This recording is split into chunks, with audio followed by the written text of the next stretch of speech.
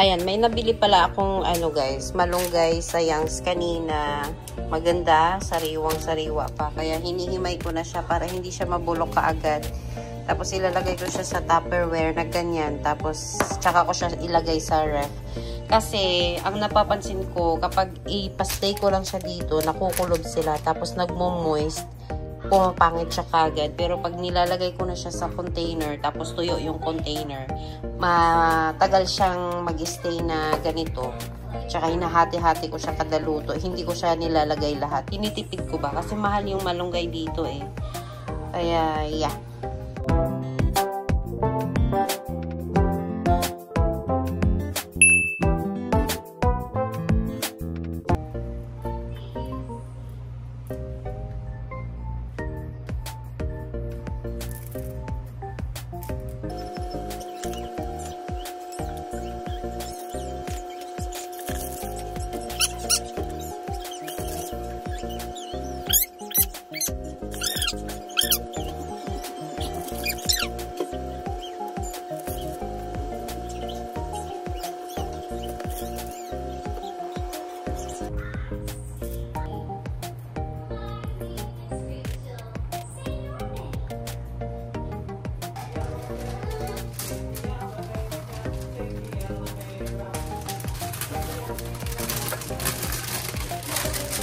Ito yung nabili namin na baboy guys. So, pina-chop-chop ko na kay kuya. Ayan. So, ngayon ay gabi na. Gabi na siya. And, ngayon ay gagawa ako ng overnight oats ko. Kasi susubukan ko ng magpapayat na kahit pa paano ay hindi mababawasan yung yung supply ko kay Pio na gatas. Kasi syempre, mas gustuhin ko pa din na mag-breastfeed sa kanya. Kasi ang mahal ng mga gatas ngayon, guys. So, ngayon, andito na yung mga ingredients ko. Ito talagang mga ingredients na ito. Matagal na to dito sa amin. Kasi, si Daddy ay nag-diet. Tapos, hindi niya ginagalaw. So, sayang kung ma-expire lang. So, gagawa natin ang paraan kasi good din siya para sa akin na breastfeeding. So, ito siya guys. So, ito yung gagamitin ko. Rolled oats. Matagal na to siya sa amin dito. Tapos, meron akong chia seed. And then, chipits na, ano yan? Basta Hershey siya na chocolate. Binilan ako ni Daddy ng yogurt kanina. And then, more gatas kasi wala akong, konti na lang yung gatas namin.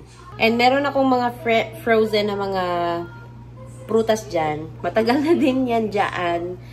Yun na lang gagamitin ko din na ilalagay ko siya sa toppings kasi para maubos na din siya. Tapos mapapalitan namin ng bago kapag nag-Costco na naman kami. Kasi mas maganda kasi talaga na bumili ng mga frozen na lang na prutas. Kaysa nabubulukan kami lagi dito ng prutas. Kasi minsan ayaw ng mga gatas. Ayaw ng mga bata. Minsan ayaw nila ng mga berries. So, yeah. Ako na lang kakain. Marami kami dito pa eh. Ayan, berries. Ito. Ito. Ito ilalagay ko. Ito yung pan-toppings ko, Daddy na lang. Oh, yan. Yan naman dapat. Kaya nga. Kasi, di ba matagal na to sa atin nga. Ito yung prutas ko, guys. Frozen yan. So, let's make it. Yung tripod ko. Nandoon pa din. Saan? Sa projector. Dati tanggalin natin yun. Paano? Parang di lagi nagpo-projector si Eve. Doon man kami ng mga bata din. Ano gagawin na? Bilan mo na yan ng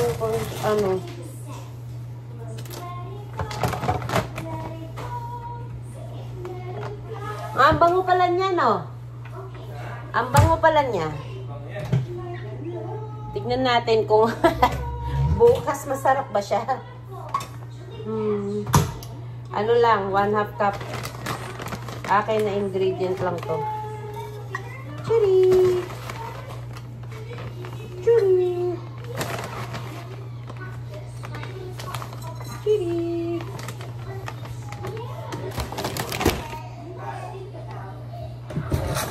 Tapos, lagyan natin ng chia.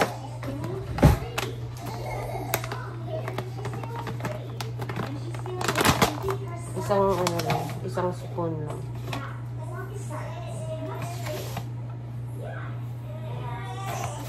Opo.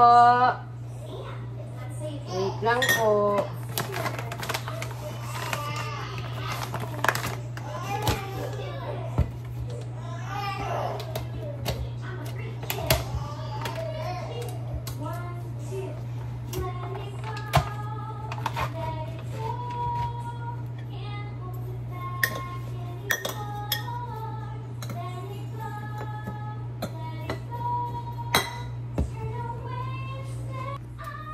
So, ang yogurt ko ngayon guys, itong berries. So, lalagyan ko siya ng 2 kutsara siguro. Opo, wait lang po.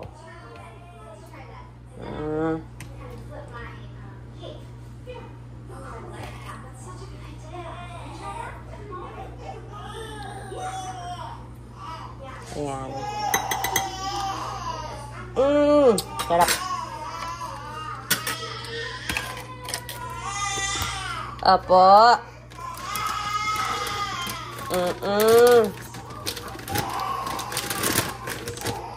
Ay, ano ba? Paano ba? Gatas. Dada! Yan ang gatas. Gatas. Gatas. Wait lang, bebe. Ayan. Mimix natin. Ayoko kasi na sobrang sticky din siya. Yan, okay lang yan na masabaw. Okay lang sa akin na masabaw. Kasi bukas, magiging sticky na yan. Ah! Battery na maliliit? Ito, ah. Tapos, lagyan natin ng prutas. Ayan. Ayan. Kailangan marami yung ano niyan. Prutas? Hindi, yung ano, liquid. Kailangan nga madami. Ayoko yung sobrang sticky eh. Yung iba kasi na napanood ko, konti lang yung liquid nila. Ay, ano pala to? AAA. Nandoon sa baba. Andoon sa baba. Sa pantry, daddy. Tapos, lagyan natin ng chocolate. Hihi! Woohoo! Para hindi ko nalagyan ng ano. Hindi ko na nilagyan ng maple syrup. Next time siguro lalagyan ko maple syrup. So, ayan na siya, guys. Tignan natin kung bukas kung masarap pa. Ay, nako.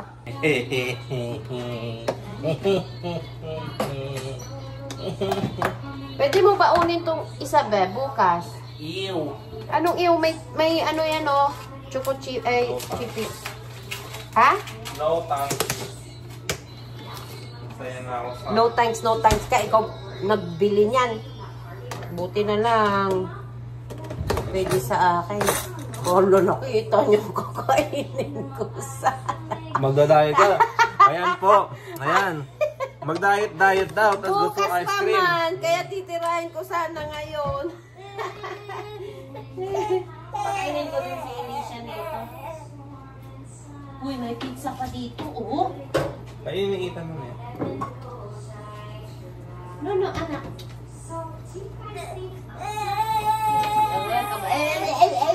Oh. Kainin mo na. Hindi masarap? Diba? Eh, bakit binigay mo sa akin? Gusto mo kakainin mo. May problema yan pag ikaw binigay sa akin. Paano to? Ano ba ito? Hindi pa yan. Hilaw pa yan.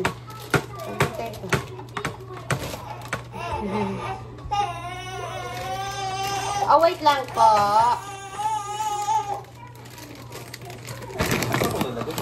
Yung? Ayan na ba kayo?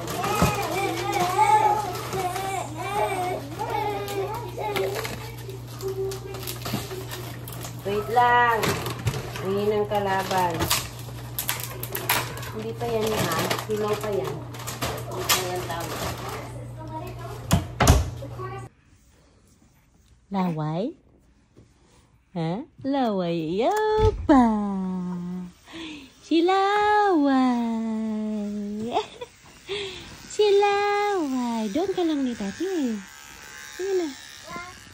Si Laway! Dalhin mo si Elisha ni Dade. Maltut ba si Elisha? Ma'am. Ito na guys, yung ginawa ko kagabi. Tingnan natin kung masarap ba siya. Gusto mo ah? Kakain ka? Ah, wait lang, wait lang. Akin na. Bibigyan kita.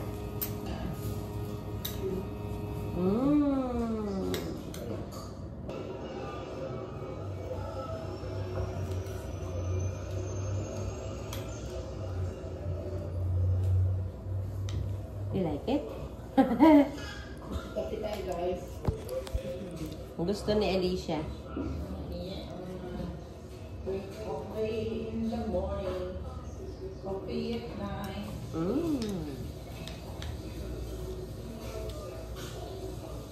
Ayun na guys, nakain ko na lahat. Pero, hindi masarap. Hindi talaga masarap yung ano no, healthy. Pero hindi siya matamis, hindi siya masarap, pero okay lang siya paminsan-minsan. Hindi siya para sa akin na yung lagi-lagi. Kasi ano siya eh, basta hindi ko siya trip. Pero, ewan. Si Elisha, nung una, subo ko, nagustuhan niya. Tapos, nung mga next na subo ko na, nasusuka na siya. Nasusuka na siya, para na siya nandidiri. So, ewan ko kung tutuloy ako na ito. Kaya, buti na lang ang pinabili ko ni Daddy na yogurt is maliit lang. Sabi ko, maliit lang muna kasi susubukan ko pa. Hindi ko pa alam kung itutuloy ko ba talaga or consistent ba ako. Kasi masasayang ang yogurt. Yung malaking yogurt na sana kasi bibili niya. Pero pwede naman yung yogurt. Papapakin lang, kakain kasi masarap din naman yun. Ay, ang hirap. Ang iniisip ko naman, mag-smoothie na lang kaya ako. Ilalagay ko lang yung rolled oats, yung chia, tsaka yung mga prutas, no? Ganun na lang kaya siguro. Tapos, ayoko yun. Ayoko. Hindi ko siya trip. Uubusin ko lang yung dalawa na yun. Tapos, di na ako gagawa. Mag-ano na lang ako. Mag-smoothie na lang ako. Okay na yung smoothie kasi kahit papano naman ay iniinom lang siya ba. So, yeah. Hindi ako nasarapan. So, nandito na kami sa school ni Ethan, guys. Early dismissal sila ngayon kasi hindi ko alam. But once a month, meron talaga silang early dismissal. Tapos, naawa ako sa mga maliliit ko. Si Pio is nagising siya ng sarili niya. But then, si Elisha is ginising ko siya. But ang haba kasi ng tulog ni Elisha lagi. Like, pinatulog ko siya ng 11. Ngayon ay 2 PM na. And ginising ko siya ng mga 10 minutes early 2 PM. So, ang tulog niya is 2 hours din. So, okay na din yun. Pero pag mamaya inantok siya, patulugin ko na lang siya ulit mamayang hapon. But, kung patulugin ko kasi siya mamayang hapon, matagal siya matulog mamayang gabi. Natutulog siya ng gabi na mga 10 PM, 11 PM, which is hindi naman maganda. So, ewan ko, papagurin ko na lang siguro sila mamaya. Kasi sakto din naman na busy si Daddy this week. Hindi naman din kami aalis kahit saan na. Yung mga errands lang namin siguro namin, yung mga grocery lang kung may mga kulang kami sa bahay. At mga lakad-lakad, wala naman kami mga plano. So, meron lang kami mga unexpected na lakad lang. Ganun lang. But, yeah, but siguro sa bahay lang kami talaga. Ito lang ang mahirap na pag sinusundo ko si kuya, tapos yung mga bata is natutulog. Kailangan ko silang gisingin kasi hindi naman sila pwede iwan sa bahay. Bawal yun. That's okay. Lalo na sa Holy Cross, maaga doon, maaga ang uwi, maaga din ang start ng class. So, by next school year, kailangan na masanay ni kuya ulit ng maaga gumising. But we're just thankful kasi malapit lang kami sa school talaga nila. Kahit na hindi kami sobrang aga na umalis sa bahay, that's fine. But, yeah. susunduin na natin si Kuya. Tapos next week pala, meron silang field trip. Pupunta sila ng zoo. Excited na si Kuya. Nalimutan ko sana kanina fill upan yung consent niya. Tapos na-remind niya sa akin, Mami, kailangan mo na akong bigyan ng money. Ang bayad lang is $2.50. Tapos, pinilapan ko yung consent. Kasi Assiniboine Zoo yun, mahal yun. Pero siguro kapag school ang mag-o-organize, mas mura siguro. Kasi nung nag-Assiniboine Zoo kami last year, siguro nabayaran namin ni Daddy $15 ba? Or per person? Or ewan, I'm not sure. Nakalimutan ko na kasi last summer yun. But yeah, next week sila Kuya pupunta ng Assiniboine Zoo. Yan ang kagandahan dito. Then, next month ay bakasyon na. Bakasyon na si Kuya. Last day nila is I think June 27. Tapos July, August, wala na siyang pasok. Hindi na siya sa Marion. Hindi ko alam kung paano ko siya ipapaalam dito sa Marion eh. Pero, siguro mag-i-email na lang ako na itatransfer na namin siya. Hindi na siya dito sa next school year. So, yeah. Umiiyak na si Pio. Aalis na. Pupuntahan na namin si Kuya. And, let's go na. Kunin na natin si Kuya. Oo, wait lang po.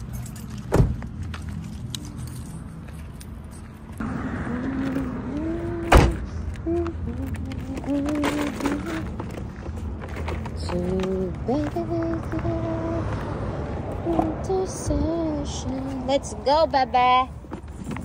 Oh.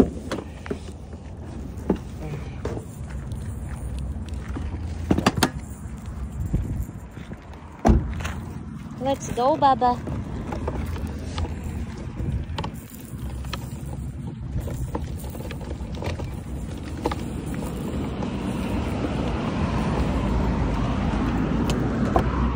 Hi. Hi, Pretty. Let's go, Pretty. What's that? Just put it there. Put it there. Come on. Yeah. Oh, my goodness, my princess. My princess. Okay. It is hot. Right? It is hot. Oh, come on. What happened to your nose?